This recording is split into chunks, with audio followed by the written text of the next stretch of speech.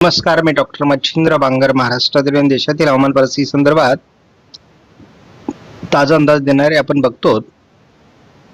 पश्चिमी शाखा जी आहे मान्सूनची ती कमजोर होण्याची शक्यता आहे आणि पूर्व शाखा मात्र तीव्र राहण्याची शक्यता आहे. सध्या मान्सून आस किंवा ट्रफ ही हिमालयाला पॅरलल आहे, त्यामुळे बरीच उत्तरेला ती सरकल्यामुळे आता मध्य भारत पश्चिम भारतातील पाऊस काही प्रमाणात कमी होण्याची शक्यता आहे.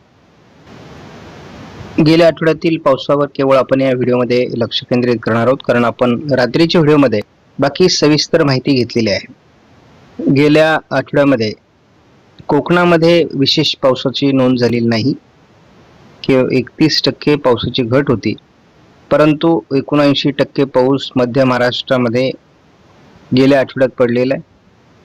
141% पाऊस हा मराठवाड्यामध्ये पडलेला आहे आणि विदर्भामध्ये 90%, तर एकूण जवळपास 55% पावसाची नोंद झालेली आहे. म्हणजे याचा अर्थ असा होतो की गेला आठवडा हा दुष्काळातून मुक्त करणारा आठवडा ठरलेला आहे. दुष्काळी भागात विशेष म्हणजे हा पाऊस झालेला आहे. देशातील स्थितीमध्ये बऱ्यापैकी परिवर्तन झाले. 11% पाऊसमान हे आपल्याला भारतामध्ये दिसते आणि म्हणजे 89% पाऊस हा भारतामध्ये नोंदला गेलाय, त्यामुळे एकूण स्थिती सुधारते आहे. तसं अजून पूर्व राजस्थान, पंजाब, हरियाणा, उत्तर प्रदेश, बिहार, झारखंड, पूर्व मध्य प्रदेश, आंध्र प्रदेश, रायलसीमा, दक्षिण कर्नाटक आणि केरळ, पूर्वेकडील सर्व राज्यात अजूनही दुष्काळी परिस्थिती आहे. आता आपण एकूण जर स्थिती बघितली की 5 ऑगस्ट पर्यंत काय होती, तर गेल्या वर्षी मोठ्या पाणी प्रकल्पांमध्ये 79% पाणीसाठा होता. आता तो 80% पोहोचलाय. याचा अर्थ गेल्या वर्षीच्या तुलनेत परिस्थिती सुधारली आहे. मात्र अजूनही अमरावती विभाग आणि छत्रपती संभाजीनगर विभाग या ठिकाणी पाण्याची कमी आहे, तर ती भरून निघणं आवश्यक आहे. मध्यम प्रकल्पांच्या बाबतीत देखील गेल्या वर्षीच्या तुलनेत पाण्याचं प्रमाण कमी दाखवण्यात आलंय आणि या ठिकाणी देखील नागपूर, अमरावती आणि छत्रपती संभाजीनगर विभाग हा कमी पावसाचा दाखवण्यात आलेला आहे. लघु प्रकल्पांमध्ये मात्र अजून फारशी सुधारणा झालेली नाहीये. म्हणजे जे मराठवाडा किंवा विदर्भातील स्थानिक प्रकल्प आहेत या ठिकाणी अजून कमी दिसते.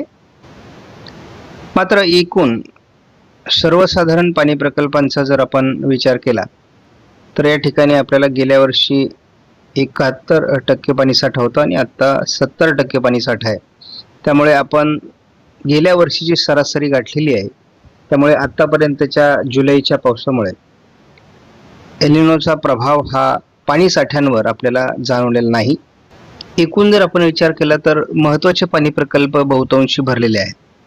तो कोयना असेल, मुंबईला पाणी पुरवठा करणारे 7 तलाव असतील, पुण्याला पाणी पुरवठा करणारे सर्व तलाव असतील, कोल्हापूरला पाणी पुरवठा करणारे असतील, कुठल्याही तलावाच्या पाणी क्षेत्राचा विचार केला तर आता सध्या बहुतांश महत्त्वाचे पाणी प्रकल्प हे ओव्हरफ्लो झालेले आहेत. पाणी प्रकल्पांची चिंता ही जी आपल्याला आहे ती लातूर विभागामध्ये अजून पाणीसाठा कमी आहे. त्यानंतर धाराशिव विभागामध्ये पाणीसाठा कमी आहे. नांदेड विभागामध्ये देखील पाणीसाठा कमीच आहे. हिंगोली आणि बीड विभागातही पाणीसाठा कमी आहे. जवळपास यवतमाळमध्ये देखील 57% पाणीसाठा आहे. सांगण्यास तात्पर्य एवढंच आहे की अजून देखील मराठवाड्यातील आणि विदर्भातील काही पाणी प्रकल्प जे महत्त्वाचे आहेत ते भरणं बाकी आहे. सध्या पावसाचं प्रमाण हे पूर्व भारत, उत्तर भारत आणि मध्य भारताचा पूर्व भाग या ठिकाणी वाढलेलं आहे. त्यामुळे या ठिकाणी जी पावसाची कमी आहे ती भरून निघण्यासाठी आपल्याला मदत होईल. कोकण किनारपट्टीला सध्या महाराष्ट्रामध्ये पाऊस दाखवला जातोय. उद्या 7 तारखेला केवळ ढगाळ परिस्थिती आहे महाराष्ट्रामध्ये. कोकणात पावसाच्या दिवसभरात 1-2 सरी होऊ शकतात. ढगाळ परिस्थिती कायम आहे. स्थानिक वातावरणाची शक्यता राहील. विशेष मोठी सिस्टम सध्या भारतात जरी नसली तरी राजस्थानमध्ये आणि झारखंडवर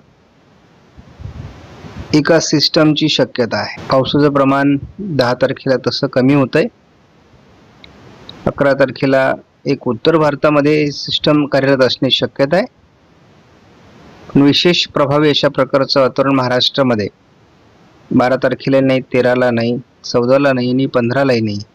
तर एक वेगळ्या प्रकारचा खंड या ठिकाणी सक्रिय राहण्याची शक्यता आहे 15 ऑगस्टपर्यंत. आणि 15 ऑगस्टला आपण परतीच्या पावसाचा अंदाज देणार आहोत. कोकण किनारपट्टीला अधूनमधून हलक्या सरी होऊ शकतात, परंतु विशेष प्रभाव राहणार नाही. आपण ECMWF मॉडेलचा महाराष्ट्राचा नकाशा बघत असतो, परंतु आज आपण पावसाचं प्रमाण कमी झाल्यामुळे या ठिकाणी देशाचा नकाशा बघणार आहोत.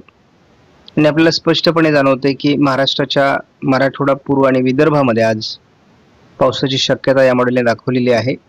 मध्य भारतावर आणि उत्तर भारत, पूर्व भारत पावसाचं प्रमाण दाखवण्यात आलंय. कोकणातील आणि हळूहळू महाराष्ट्रातील पावसाचं प्रमाण जरी कमी झालं तरी विदर्भात 7 तारखेला देखील पावसाची शक्यता दाखवण्यात आलेली आहे. आणि थोडं बंगालच्या उपसागरामध्ये ECMWF मॉडेलने अतिशय चांगलं वातावरण दाखवलेलं आहे, परंतु याचा किती प्रभाव पुढे वाढतोय बघायचंय. 8 तारखेलाही विशाखापट्टणमच्या दरम्यान वातावरण निर्मितीची शक्यता आहे. मध्य भारतावर, पूर्व राजस्थान वगैरे भागात एक कमी दाबाचं क्षेत्र असल्यामुळे पूर्व विदर्भात थोडी पावसाळी परिस्थिती राहू शकते. 9 तारखेपासून मात्र महाराष्ट्रातील पावसाचं प्रमाण कमी होईल. थोडं राजस्थान आणि मध्य प्रदेश पश्चिम भाग या ठिकाणी पावसाचा एक सिस्टम असण्याची शक्यता आहे. 10 तारखेला उत्तर भारतात, पूर्व भारतात, पश्चिम भारतात, म्हणजे राजस्थानमध्ये पावसाचं प्रमाण थोडं आहे. त्यामुळे कोकणात आणि उत्तर महाराष्ट्रात थोडं पावसाचा प्रभाव 10 तारखेला दाखवण्यात आलाय. मात्र महाराष्ट्रात किरकोळ स्थानिक वातावरणापलीकडे पाऊस असणार नाही. 11 तारखेलाही उत्तर भारत, मध्य भारत असं पावसाळी वातावरण आहे. त्याचा थोडा परिणाम उत्तर महाराष्ट्रामध्ये म्हणजे नंदुरबार, धुळे, जळगावमध्ये होण्याची शक्यता आहे. कोकणातही हलकी सरी होत राहतील. 12 तारखेला विशेष पाऊस तसा नाही आहे. 13लाही विशेष पाऊस नाही, परंतु एक वातावरण निर्मिती किंवा एक सिस्टम या ठिकाणी बंगालच्या उपसागराच्या उत्तरेला बनण्याची शक्यता आहे.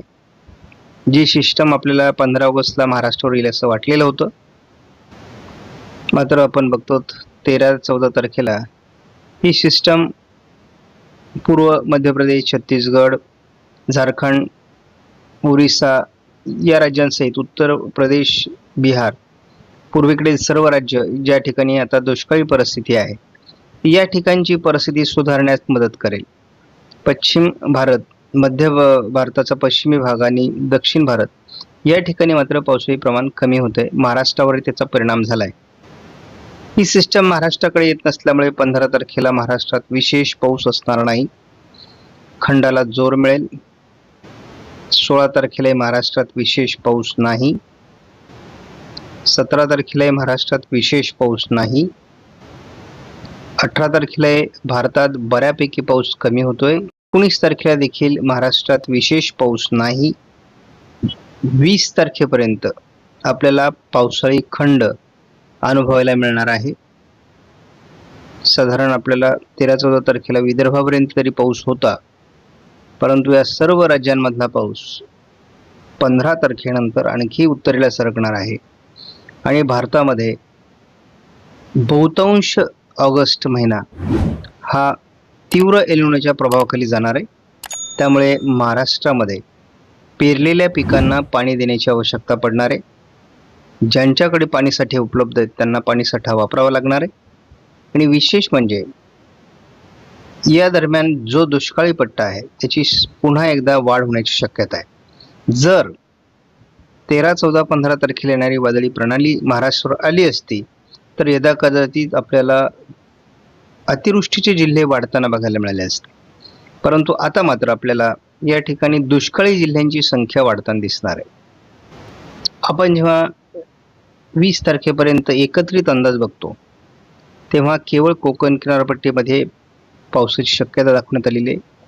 उर्वरित महाराष्ट्रामध्ये स्थानिक वातावरणाची शक्यता आहे, परंतु ती देखील फार प्रभावी नाही.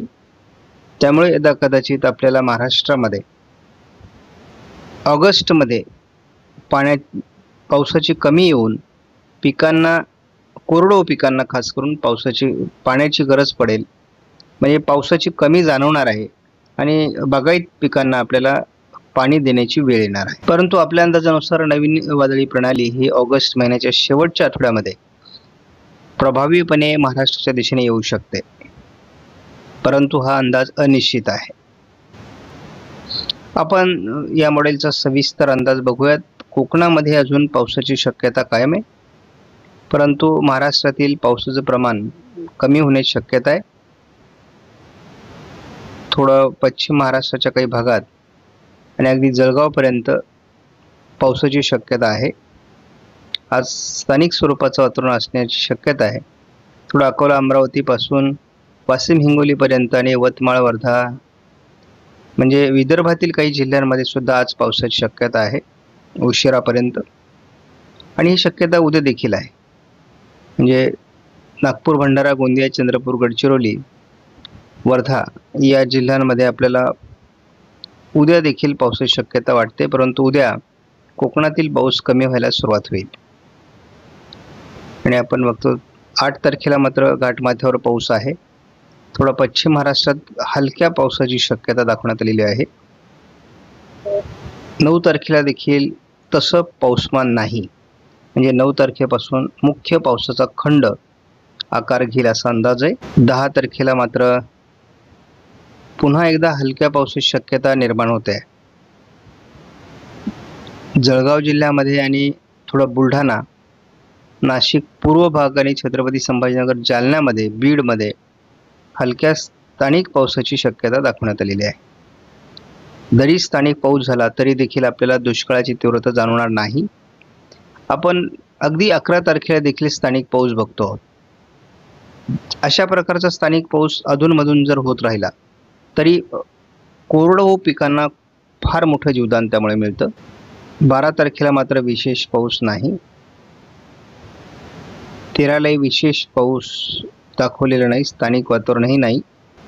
14लाही विशेष पावसाचं वातावरण नाही आहे.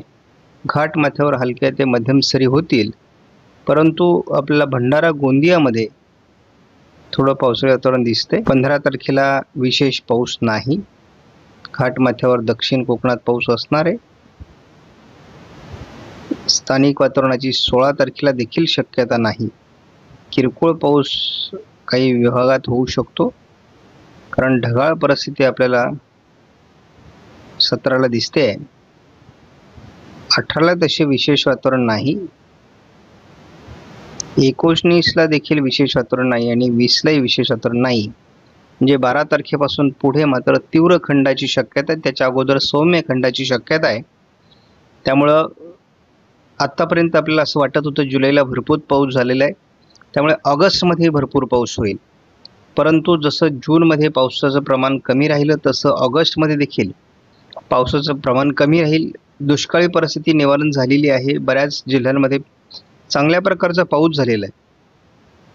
पाणीसाठे मुबलक भरलेले आहेत. त्यामुळे आपल्याला तशी फार मोठी दुष्काळाची तीव्रता जाणवणार नाही.